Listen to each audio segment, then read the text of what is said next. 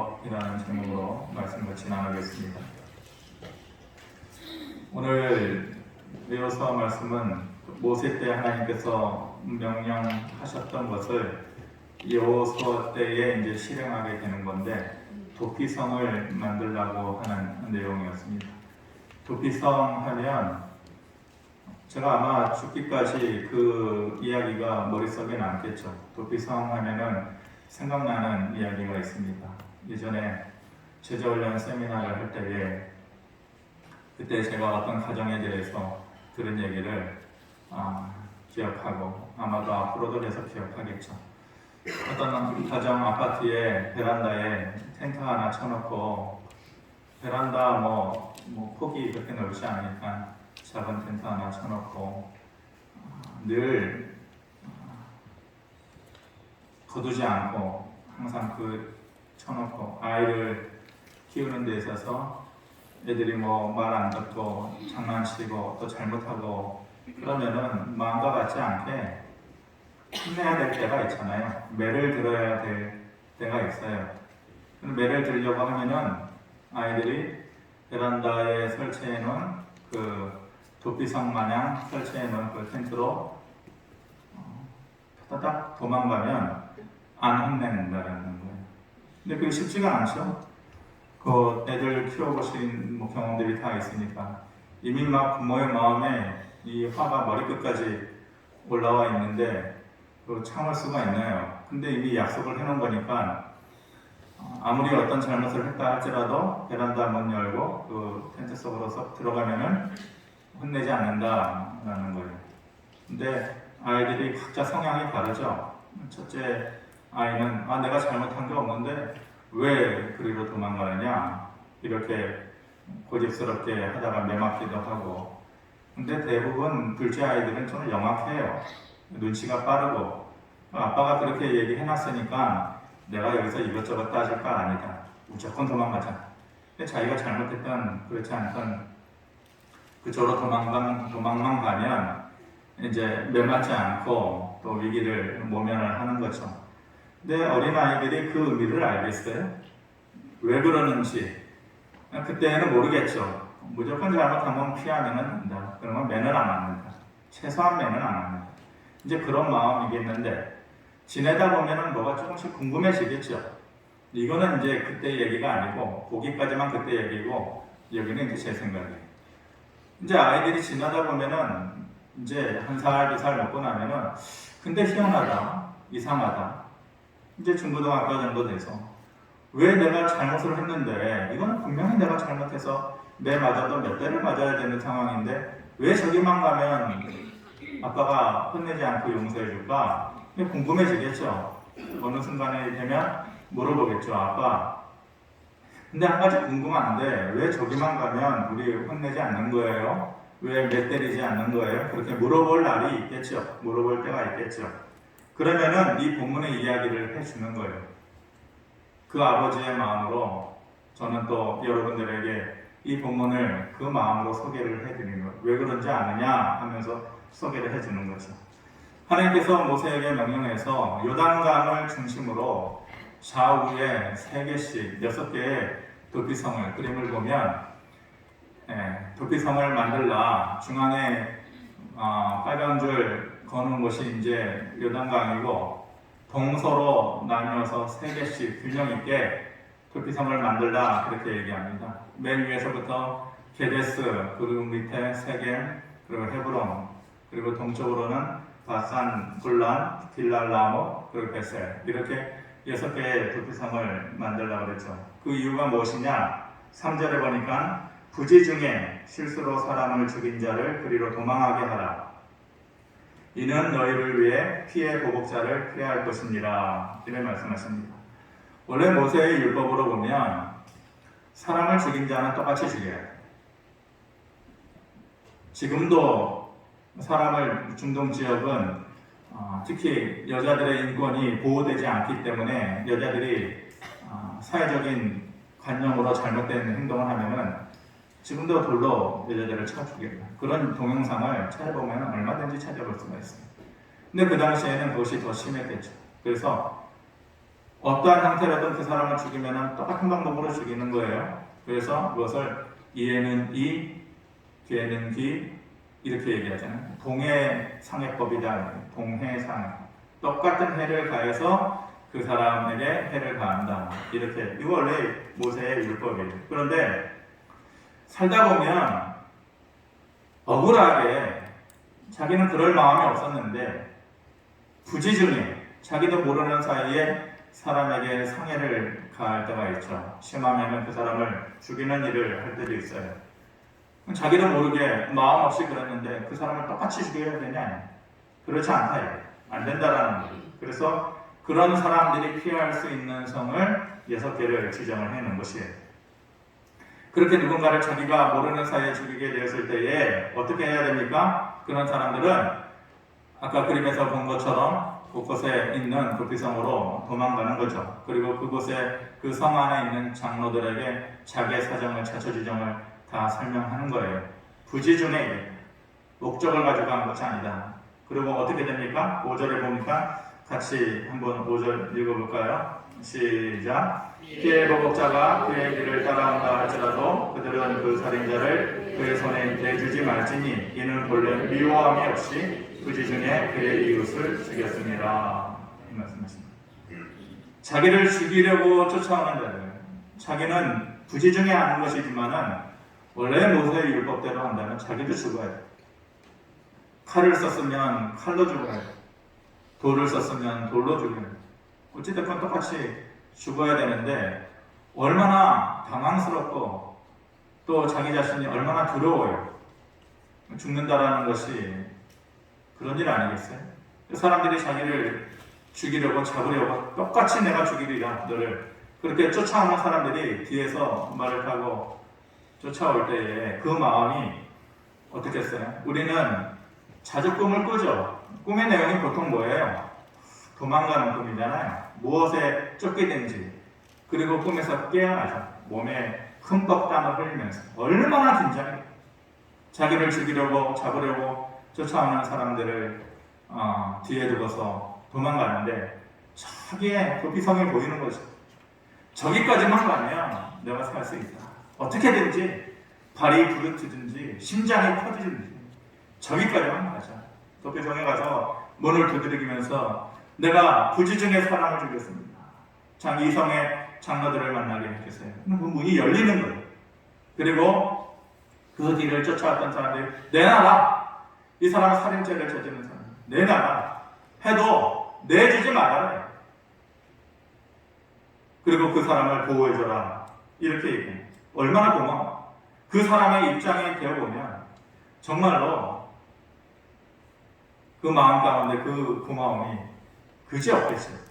그리고 지도에서 봤듯이 6개의 도피성이 요단강 좌우로 일정한 거리로 3개씩 나란히 이렇게 있습니다. 누구라도 만약 도피성이 한쪽에 몰려있든지 너무 먼 곳에 있든지 그럼 이곳에 사는 사람들은 거기까지 가는 게 너무 힘들잖아요. 그러니까 누구라도 제일 가까운 곳에 가서 살 수 있도록 그렇게 해놓으신 것이고 그리고 이방인이라고 차별하지 않아요. 이방인들은 예외야. 이방인들은 은혜 받을 수 없어. 이게 아니고 이방인이어도 똑같은 자격을 주는 것이. 그리고 산 꼭대기에 도피성을 만들어놔서 누구라도 눈을 돌려보면 일등지제가 아니잖아요. 중동이. 고개를 돌리면은 저기가 도피성이구나. 눈에 보이는 저곳으로만 가면은 내가 살 수 있어. 나를 죽이러 오는 저 무리들을 피할 수 있어. 이런 마음으로 도망가게끔 하는 것이죠. 사실 죽어야 되는 삶인데 그렇잖아요. 원래 율법대로 한다면 죽어야 되는 삶인데 그 사람을 용서해주고 다시 받아주고 기다려주고 그리고 다시 살아갈 기회를 그 사람한테 주는 거예요. 이게 하나님의 은혜예요. 이게 완전한 하나님의 복음인 것입니다. 그때에 모세의 그리고 여호사를 통해서 명령했던 도피성이 그 구약 시대의 그 도피성이 신약 시대에는 어디에 있어요? 신약 시대를 살아가는 우리에게는 그 도피성이 어디에 있냐? 관악구에도 하나 있고 동작구에도 하나 있고 최소한 강북에나 강남에나 경기도에나 하나씩 있으면 얼마나 좋겠어요. 그러면 또 안 되겠죠. 요즘 사람들이 얼마나 악한 사람들이 많은데 다 거리로 도망가가지고 살겠다 그러면 또 넘쳐나겠죠. 근데 그 구약 시대의 도피성이 우리에게도 있으면 좋겠는데 그게 어디에 있는? 그 역할을 누가 하는 거예요?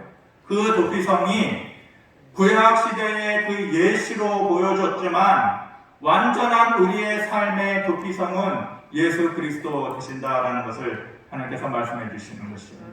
죄로 인해서 죽을 수밖에 없는 인생이지만은 도피성 되시는 예수님 안으로만 가면 그 예수님께서 우리의 어떤 죄라도 용서해 주시고 다시 살 기회를 주신다는 것이죠.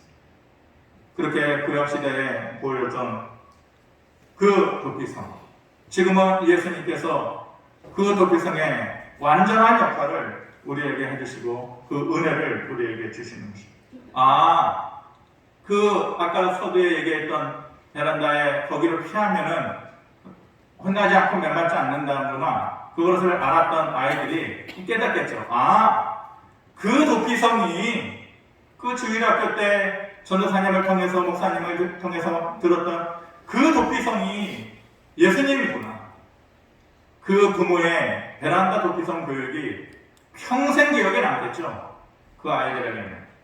그런데 다 똑같지가 않다. 아이들마다 다 다르고 사람마다 다르고 첫째는 고지식하고 고집도 세고 내가 잘못 안 했는데 왜 그쪽으로 피하느냐. 그러다가 결국은 매맞아요. 둘째는 이유를 막론하고 무조건 피해가지고 사는 거죠. 우리도 그래요. 그것을 사용할 수 있는데 그것으로 피할 수 있는데 자꾸 내 생각을 거기다 집어넣는 거죠. 이래서 저렇고 저래서 이렇고 그래서 나는 가니 안 가니. 엄마 아빠가 그것을 만들어 놓았을 때는 그것을 이용하라는 거예요. 그쪽으로 도망가라는 거예요. 그래야만 너희가 살 수 있다라는 걸 가르쳐주기 위해서 일부러 목적을 가지고 만들어 놓은 거예요.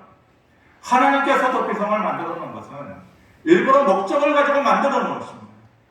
하나님이 우리에게 은혜를 주시고 죄로 인해서 죽을 수밖에 없는 기회를 박탈당할 수밖에 없는 우리 인생에게 다시 기회를 준다. 살아갈 힘을 준다라는 것을 가르쳐주기 위해서 일부러 만들어 놓으신 것인데 자꾸 첫째 아이처럼 살아간다는 거예요. 이유를 막론하고 도망가면 돼. 피하면 돼.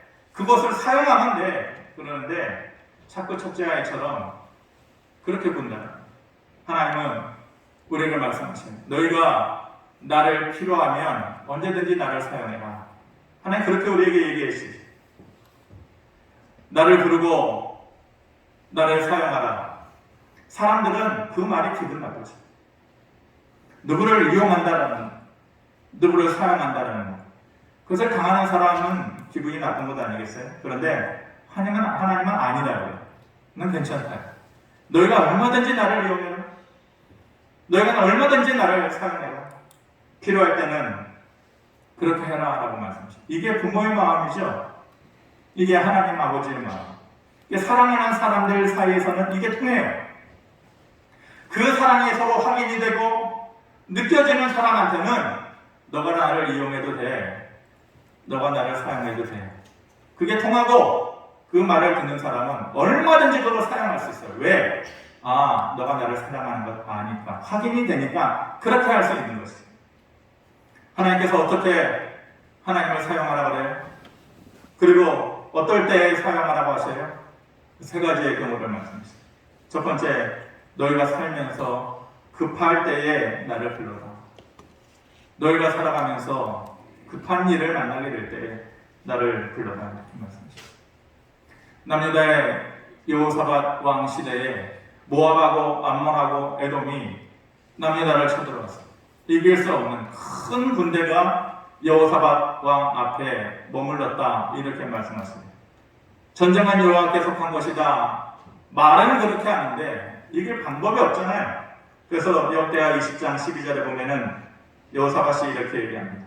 우리 하나님이여, 우리를 치러 오는 이 큰 무리를 우리가 대적할 능력이 없고 어떻게 할 줄도 알지 못하고 오직 주만 바라는 우리가 이 큰 무리를 대적할 능력도 없고 마치 세상을 살아가는 우리의 삶의 단면을 보는 것 같죠.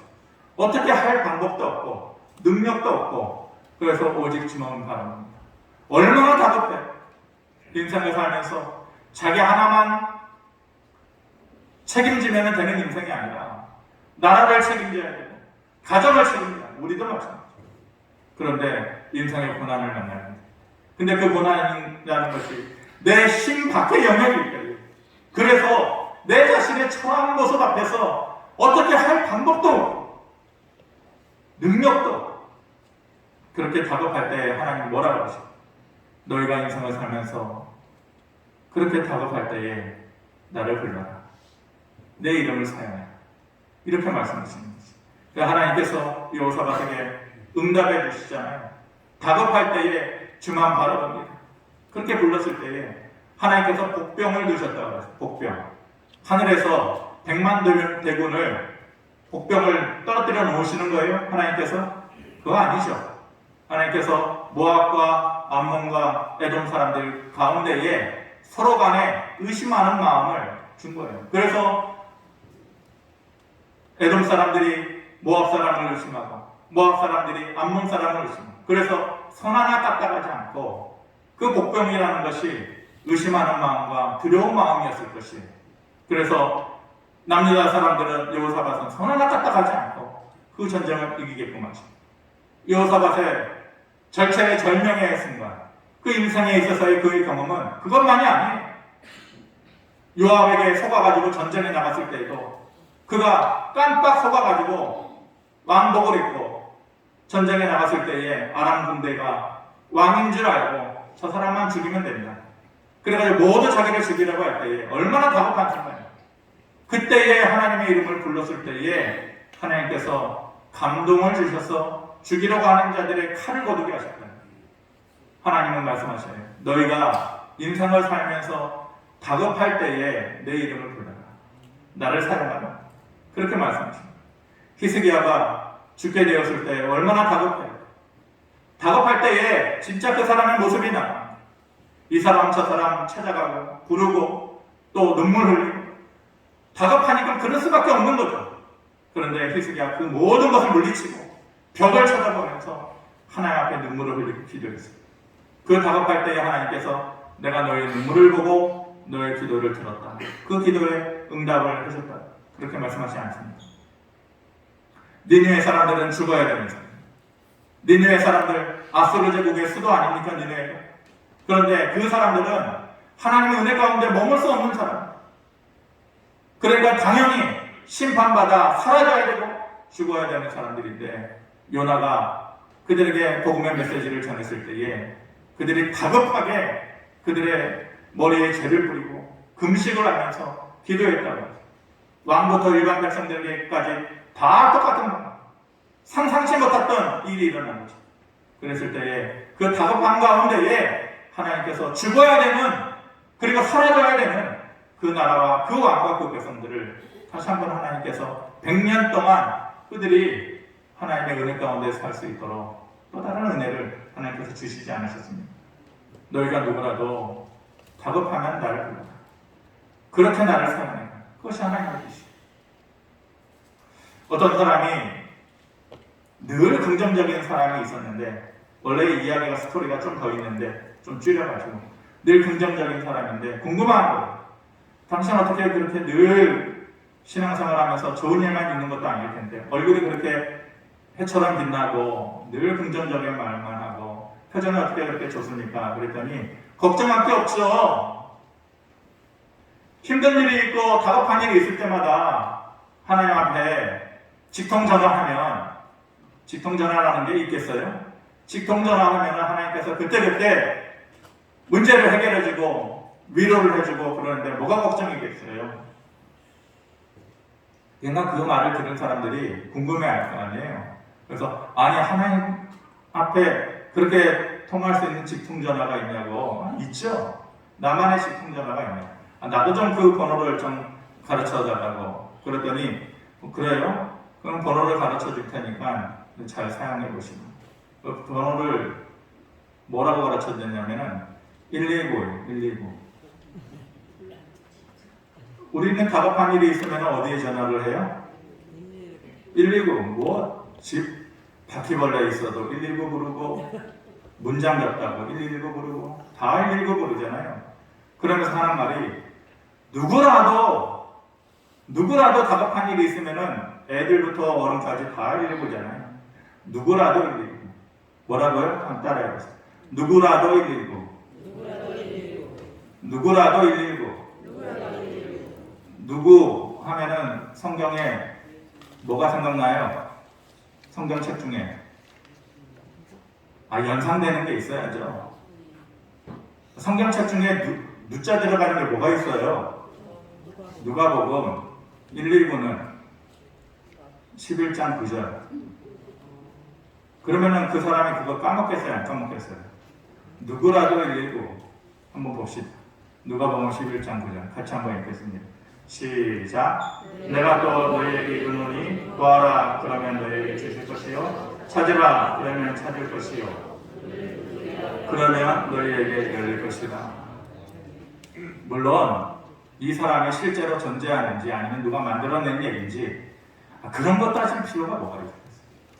그런데 누구라도 다급한 일이 있으면 찾아라. 하나님께서 말씀하시고 너가 나를 구해라. 그러면 내가 응답해 주겠다 말씀하시는데 자꾸 내 생각을 집어넣으니까 그게 병이 되는 것이에요.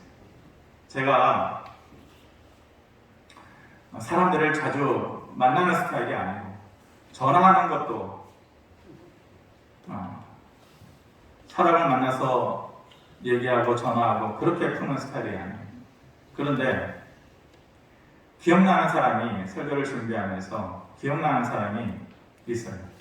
누구를 새롭게 만나고 그럼 어색하잖아요. 그리고 헤어질 때 보통 뭐라고 헤어져요? 안면이 있든지 만난 지 얼마 안 된 사람들 헤어질 때 보통 뭐라고 얘기하면서 헤어져요? 언제 밥 한번 먹자 이렇게. 근데 저는 그 얘기를 잘 안 해요. 안 하고 어색하게 헤어지니까 그게 더 어색해요. 그냥 밥 한번 먹자 그러고 헤어지면 좋은데 그렇게 말하고 안 먹을 거잖아요. 예. 그리고 말하고 기다리나요? 저는 잘 안 기다려요. 제가 그러다 보니까 그 말을 잘 안 해요. 그런데 그런 사람은 잘 생각이 안 나요. 생각해보니까 제가 사역지를 옮길 때마다 이렇게 말해주는 사람이 있었어요. 그 사람들은 계속 기억이 나요. 근데 사역지마다 꼭 한 사람씩 그런 사람이 있었어요. 어떤 사람이냐면은 어려운 일이 있으면은 전화하세요. 어려운 일 있으면은 제가 도와드릴게요. 근데 가는 곳마다 그런 사람이 꼭 한 명씩 있었어요. 생각해보니까 그 사람들의 얼굴이 하나씩 파노라마 지나가듯이 그 사람들의 얼굴이 떠오릅니다. 헤어지면서 밥 한번 먹자라는 사람은 기억이 안 나요. 그런데 어려운 일 있으면 전화해요. 내가 도와줄게. 그런 사람은 마음속에 오랫동안 기억합니다. 하나님께서 우리에게 뭐라고 얘기해요? 야, 밥 한번 먹자. 하나님 그렇게 얘기하지 않아요. 하나님이 어려운 일이 있으면 나한테 전화해. 내가 도와줄게. 그게 하나님 사용법인데 자꾸 첫째 아들처럼 그렇게 군단 말이에요. 하나님은 너희가 삶에서 힘들 때 다급한 일이 있을 때 나를 불러라. 그게 사용법 첫 번째. 두 번째는 살면서 피할 것이 없을 때에 나한테 피해라. 그렇게 말씀하십니다. 살면서 피할 것을 찾고 싶을 때가 있어요.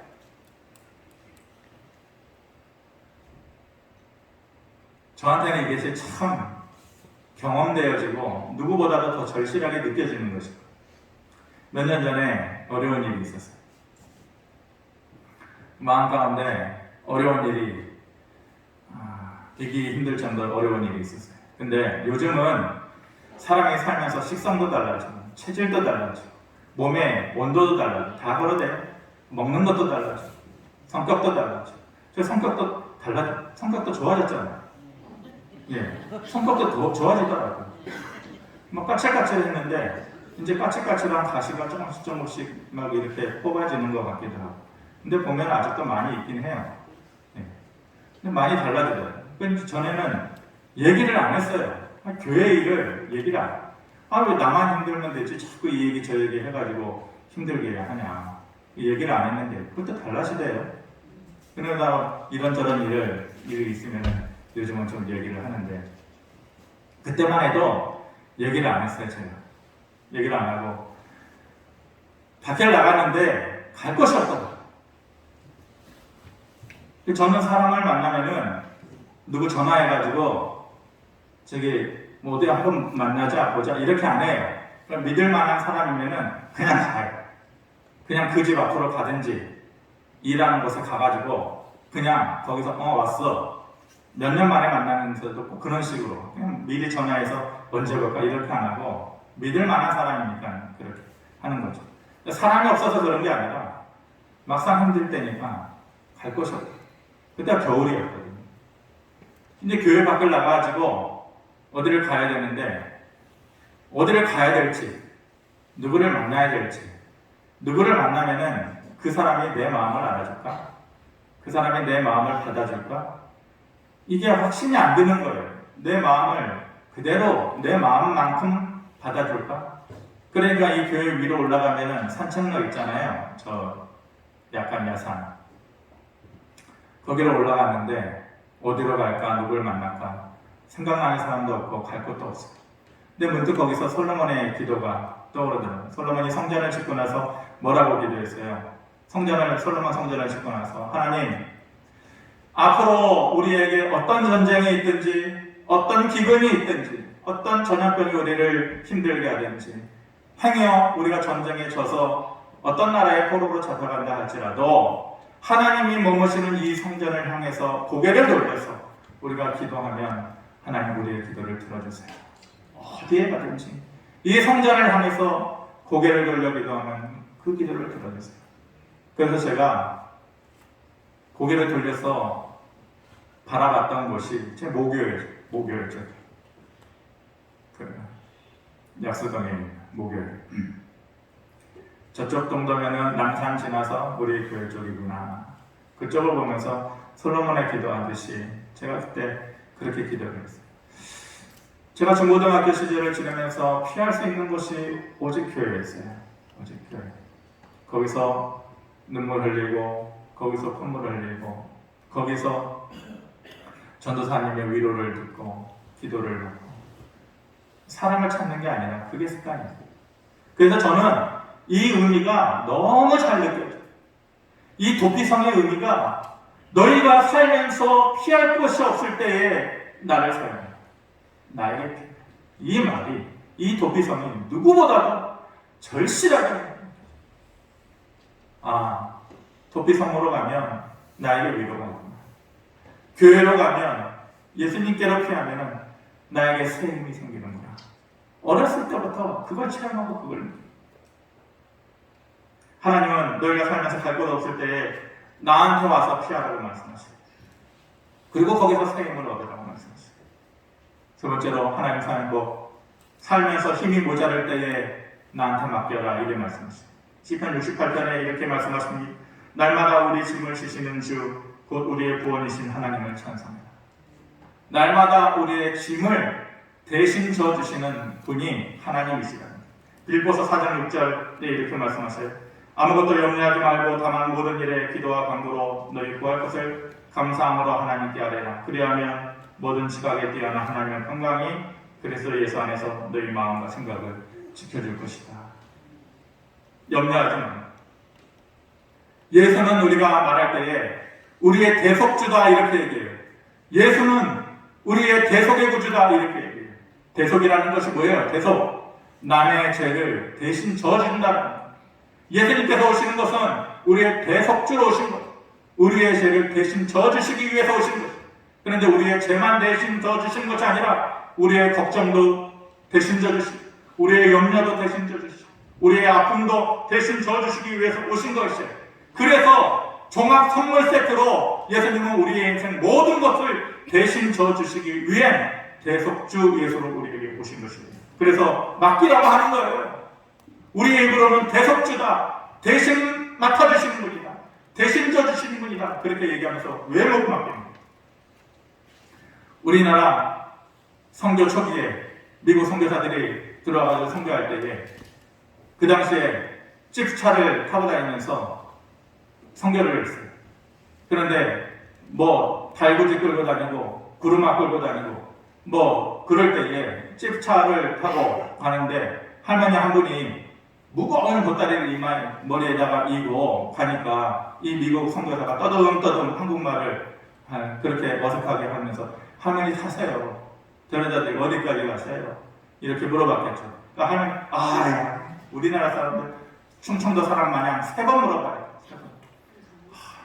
타세요. 그래서 탔어요.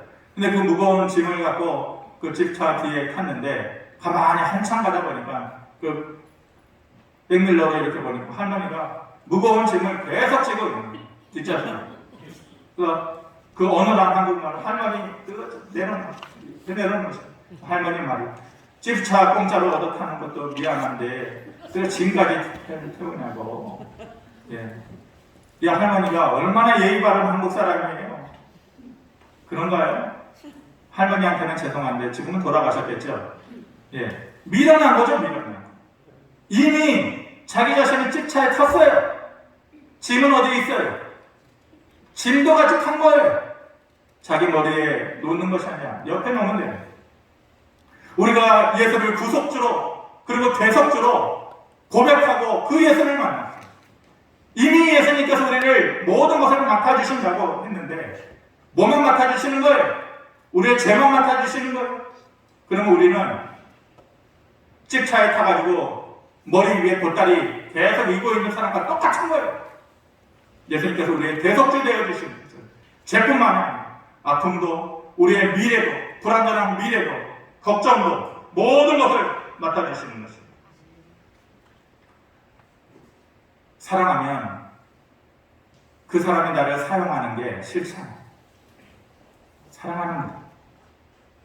하나님 우리를 넘치도록 사랑해 주셨어요. 하나님의 세상을 이처럼 사랑하사 독생자를 주신 거 아니에요. 하나님께서 우리가 아직 죄인 되었을 때에 우리에게 그 사랑을 확증해 주셨잖아요. 이미 하나님은 우리를 넘치게 사랑해 주셨어요. 그 하나님의 사랑을 고백하지 못하니까, 느끼지 못하니까 하나님을 사용하는 법을 몰라요. 하나님은 나를 사용하라 그러는데 어떻게 사용해? 둘째 아이는 곧바로 베란다로 들어가가지고 거기를 피하는데 첫째처럼 우리는 사랑합니다. 어떨 때에 하나님 사랑하라면 너의 인생 살면서 다급한 일을 만날 때에 나를 사용하라. 너의 인생 살면서 피할 것을 찾지 못할 때에 나에게 피해. 너의 인생 살면서 힘이 모자랄 때에 그리고 찾아갈 것이 없을 때 맡길 것이 없을 때에 나한테 맡겨라. 하나님께서 자기 자신을 향해서 너희가 나를 그렇게 사용해도 돼. 그렇게 말씀하십니다. 한 주간 삶을 살아가면서 하나님 미안해서 못 사용하겠어요. 어리석음이 아니라 둘째 아이처럼 무조건 그러죠 뭐, 피하죠 뭐, 이용하죠 뭐, 사용하죠 뭐. 하나님 사랑 안에 피할 수 있는, 구할 수 있는, 맡길 수 있는 그런 삶을 살아가고 그 은혜와 능력을 새롭게 받는 저와 여러분들 되기를 바랍니다. 고마우신 아버지 하나님, 우리가 생각이 많은 것이 아니라 무지한 생각 가운데 머무는 삶이 아닌가 싶습니다.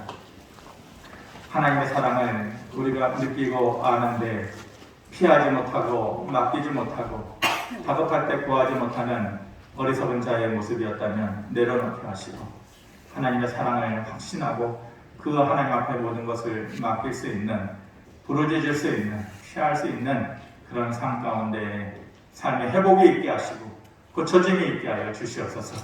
감사드리며 예수 그리스도의 이름으로 기도하옵나이다. 아멘.